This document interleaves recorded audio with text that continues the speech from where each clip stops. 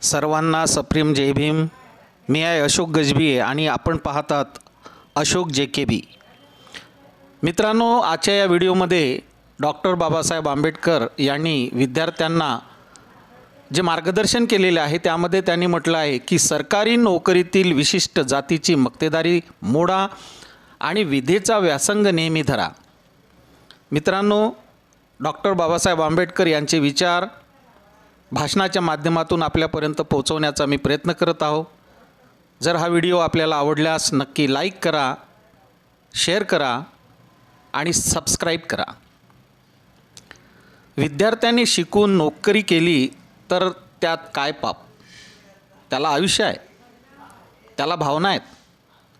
प्रत्येक मनुष्याचे अंतिम ध्येय काय आहे? आपल्या अंगी वसत असलेल्या गुणांचा परिपोष होऊन त्यास गोड फळ यावीत, हेच ध्येय आहे। म्हणून मी तुम्हाला तो उपदेश करीत नाही। म्हणून तुम्ही सरकारी नोकऱ्या मिळवण्याचा आटोकाट प्रयत्न करा। मला असा अनुभव आला आहे की सरकारी नोकरी हल्ली एका जातीचा मक्ताच होऊन बसली आहे। कलेक्टर ऑफिसात किंवा इतर प्रत्येक ऑफिसात एकाच जातीची माणसे आहेत। पुष्कळ माणसे सांगतात, तुम्ही नोकरीसाठी का भांडता? लायकी असली की नोकरी मिळते, त्यात जातीचा कशाला प्रश्न?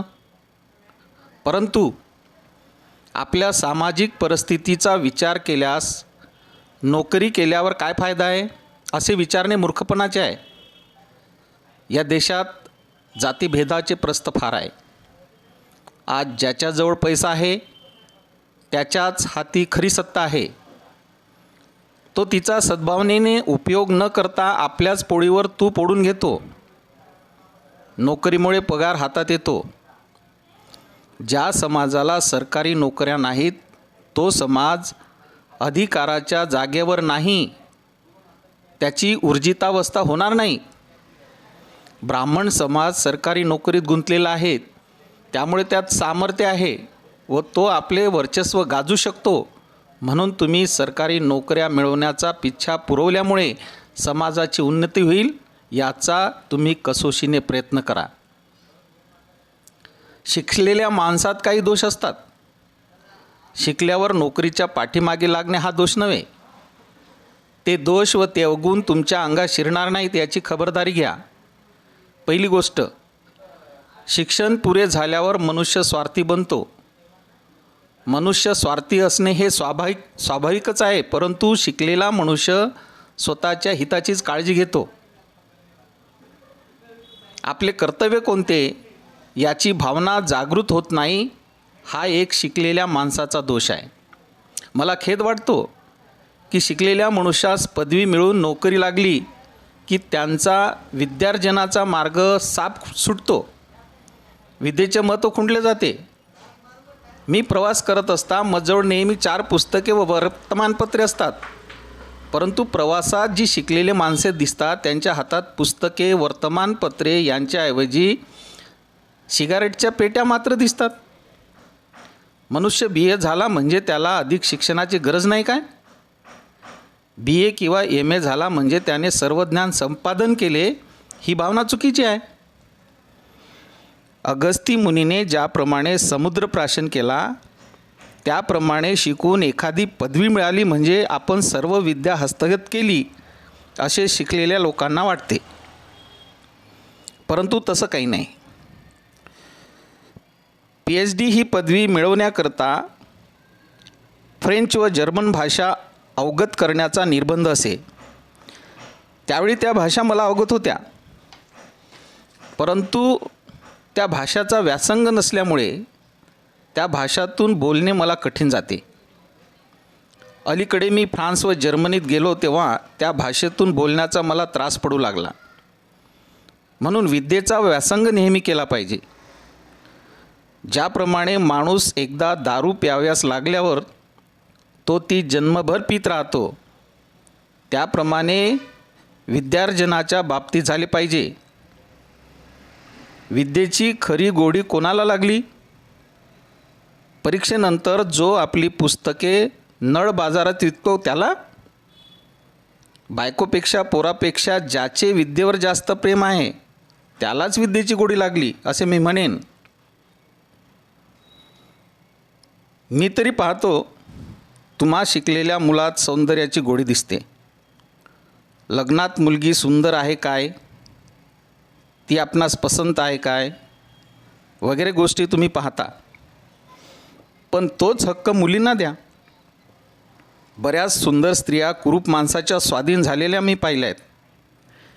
या देशाचा मला कंटाळा आलेला आहे, परंतु मला माझ्या कर्तव्याची जाणीव आहे, म्हणून मला येथे राहणे भाग पडले. यातील धर्म, सामाजिक रचना, सुधारणा व संस्कृती यांचा मला फार कंटाळा आलेला आहे. I am at war with civilization. तुम्ही घाणेत पडलेली रत्ने आहात. अत्यंत घाणेरड्या पाण्यात अत्तरांचा थेंब पडावा त्याप्रमाणे तुमची स्थिती आहे. तुमच्या आईबापांना शिक्षण नाही, 18 विश्व दारिद्र्य, तेव्हा हा मैल साफ करणे हे तुमचे कर्तव्य आहे. मी असं ऐकलं आहे की मीठर जर आळणी झाले तर बाकी पदार्थांना चव कशी येणार. कोणतेही कार्य करण्याकरता आपले आमचे गुण स्थिरावले पाहिजेत आणि ते स्थिरावण्याकरता निदान एक पिढी तरी लोटली पाहिजे. स्वतः सुधारल्याशिवाय इतरांना तुम्ही काय शिकवणार. सुधारणेचे मूळ वंशपरंपरा रुजले गेले पाहिजे. तुमच्यात या गुणांचा जर अभाव असेल तर आटोकाट प्रयत्नाने ते मिळवा.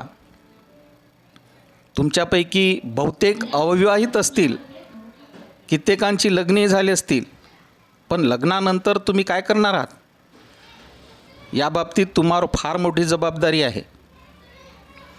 मी तुमच्या वडिलांचे उदाहरण न घेता माझ्याच वडिलांचे उदाहरण घेतो. त्यांना एकंदर 14 मुले झालीत आणि त्यातले मी 14वे रत्न. परंतु मी एल्फिस्टन कॉलेजमध्ये असताना माझी काय दशा होती. माझ्या पायात वाहना नव्हत्या, अंगामध्ये मांजरपाटाचे शर्ट आणि वडिलांचा फाटका कोट. तुम्ही एल्फिस्टन कॉलेजात गेलात म्हणजे तुम्हाला तेथे मुल्लर साहेबांची तसबीर दिसेल. त्यांनी मला शेवटच्या 2 वर्षात शर्ट्स पुरवली. मी विचार करत असे, माझ्या वडिलांना 14 ऐवजी 4च मुले असती तर माझी किती चंगळ झाली असती.